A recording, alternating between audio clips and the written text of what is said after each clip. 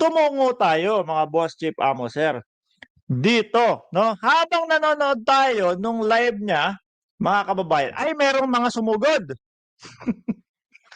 Meron pong mga sumugod, eto sabi ko, "Aba, ano nangyari dito?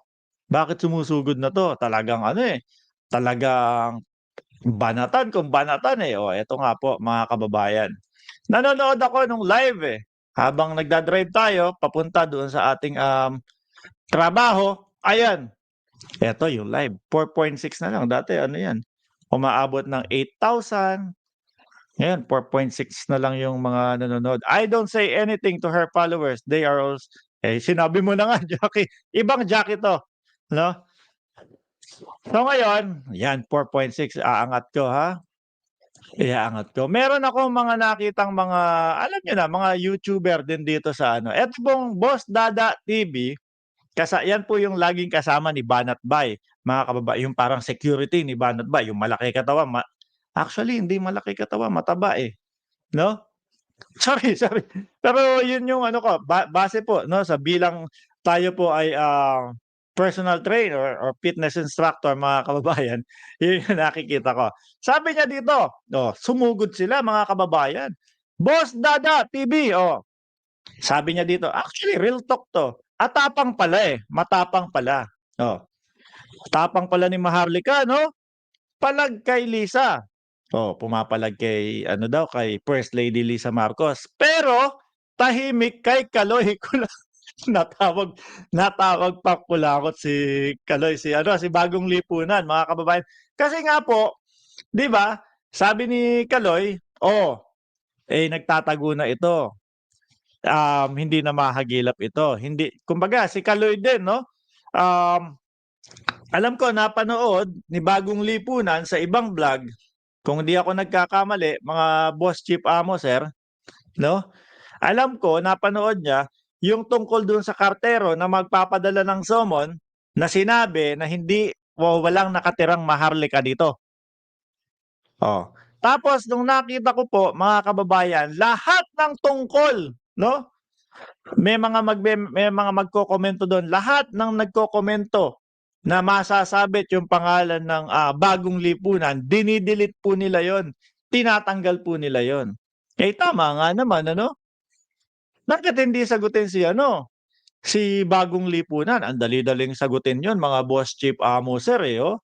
Oh, sabi, hindi yan yung pinaka-main event dito sa parte na 'to mga kababayan. Eto ang main event sa parte na 'to, ayun.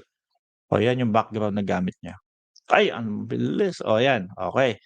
So mga kababayan, sumugod si Banat Pie doon sa live niya mismo, 'no, at hindi lang basta-basta sugod mga kababayan. Medyo nung nakita ko 'no, kasi ano, kapagka may palipad po mga kababayan, pulang-pula, medyo ano, kitang-kita po naming mga ano 'yun, naming mga streamer po, mga live streamer namin. Talagang yung mensahe niyo po, 'yun yung kakaiba, talagang may kulay 'yun, kaya tawag nila pakulay mga kababayan. Sumugod si Banat Bay, mga Boss Chief Amos. Nung nakita ko, sabi ko, "Hala, may pakulay, may pakulay si Banat Bay," mga kababayan. Nakita ko yung ano, nakita ko yung itsura ni Madam, ni Kep, sabi ko, "Aba, parang iba na iba." Parang medyo medyo alam niyo po yun na biglang nawala yung mga sasabihin niya sa utak niya. Ibang klase 'tong si Banat Bay, mapera talaga ano. Nagpakawala po mga kababayan. Eto, iaangat ko na ayan, Banat Bay may kulay, oh. Ano sa tingin niyo mga Boss Chief Amo Sir, yang kulay na ganyan, magkano yan? Sa tingin niyo magkano yang palipad na yan? Sige, hulaan niyo muna po, mga Boss Chief Amo Sir. Magbigay tayo ng mga 30 segundo diyaan sa hula na yan. Ilan sa tingin niyo o magkano sa tingin niyo? Magkano sa tingin niyo yang pinalipad ni Banat Bay? Sabi ni Jackie Ventura, $100. Oh, ayan. Oh, 500 sabi ni Maite Baisa. Actually, yang kulay orange po na ito, nag-comment pa yan, sabi, "Banat Bay, ganito magpalipad, 500 lang naman ang binigay niya." Magkano? $20 yata yung binigay nitong si Crisostomo. Pero kay Banat Bay mga boss, ayan, oh. Oh. Ha? Sinugod para magbigay ng 5K. Ano sabi niya dito? Medyo iba, eh. Nung siguro nakita niya pulang-pula, grabe 'to, sino kaya 'to? Pagkita niya banat bay, mga kababayan. Siguro tumagal lang 'yan ng 15 segundo, yung mga bias kayo. Kasi napapansin namin lahat lang ng may mga pakulay, eh, yun yung mga binabasa ninyo na comment 'no? Tapos yung kay banat bay hindi niyo binasa, tinanggal niyo pa agad-agad. Ano? Sabi dito ni Banat Bay, oh, Banat Bay and Mocha. Ito, yung sinabi mo, binayaran mo sa amin na pinapakalat ni Bagong Lipunan. Kung hindi ako nagkakamali, kasi pinapakalat nga po nitong si Keps, mga kababayan, na parang siya yung nagbayad nung ano, nung kinain nila or something, or kung mali po ako, i-comment niyo na lang po diyan at tatanggapin ko yung pagkakamali ko, mga 5,000, 'no? Sabi niya dito, "Eto yung sinabi mo, binayaran mo sa amin na pinapakalat ni Bagong Lipunan." O kumbaga parang gusto niya sabihin, "O eto yung binayad mo. O babayaran ko, ibabalik ko sa inyo." Ibang klase, 5,000 ano? Kahit fake news 'yon. Oh, kahit hindi daw totoo. Eh, sa madaling salita mga kababayan, ha? Ayan, eto si Banat Bay alam naman po natin kilalang DDS mga kababayan. At eto naman po, si si Keps, eh, medyo may pagka pa-DDS-DDS pero sabi ni Banat Bay hindi naman DDS talaga 'yan, eh. Oh, 'di ba? Ngayon, saan kaya pupunta 'to talaga? Mabibilib ako sa'yo kung magso-sorry ka sa fake news mo sa amin. O binalik na yung 5,000.